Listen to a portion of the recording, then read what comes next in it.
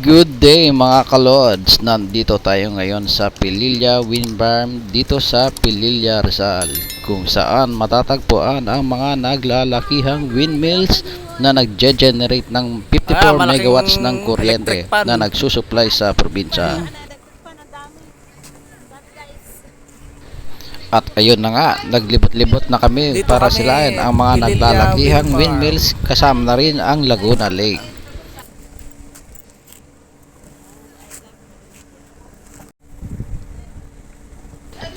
Habang naglilibot-libot kami, dumadami na ang mga nagdadatingan ng mga tao at mga nagpapapicture na din sila. At tuwang-tuwa ang mga bata sa paglalaro.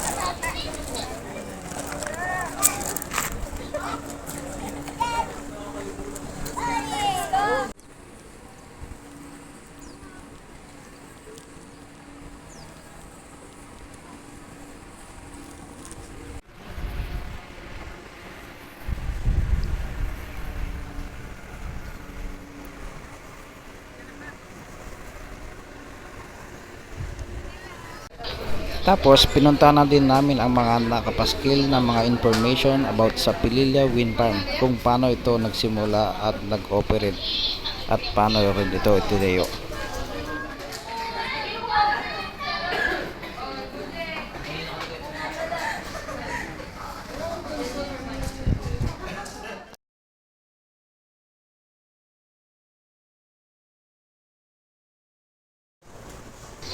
After namin maglibot, kumain muna kami sa kalapit na kainan at nag-order kami ng Lomi Overload. Good for 2 packs worth of 130 pesos only.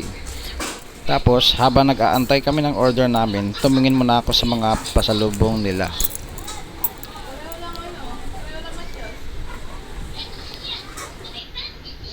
At ayun na nga, dumating na ang order namin. Napakasarap. Sulit sa sahog. Lomi Overload talaga. After namin kumain, naglibot-libot uli kami para tumingin ng iba nilang pasalubong.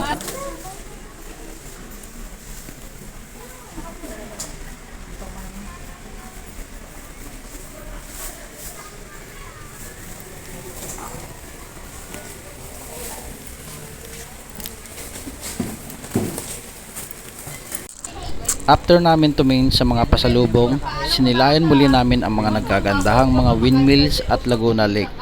At after nun, umuwi na kami. Ride safe mga kalods. Salamat!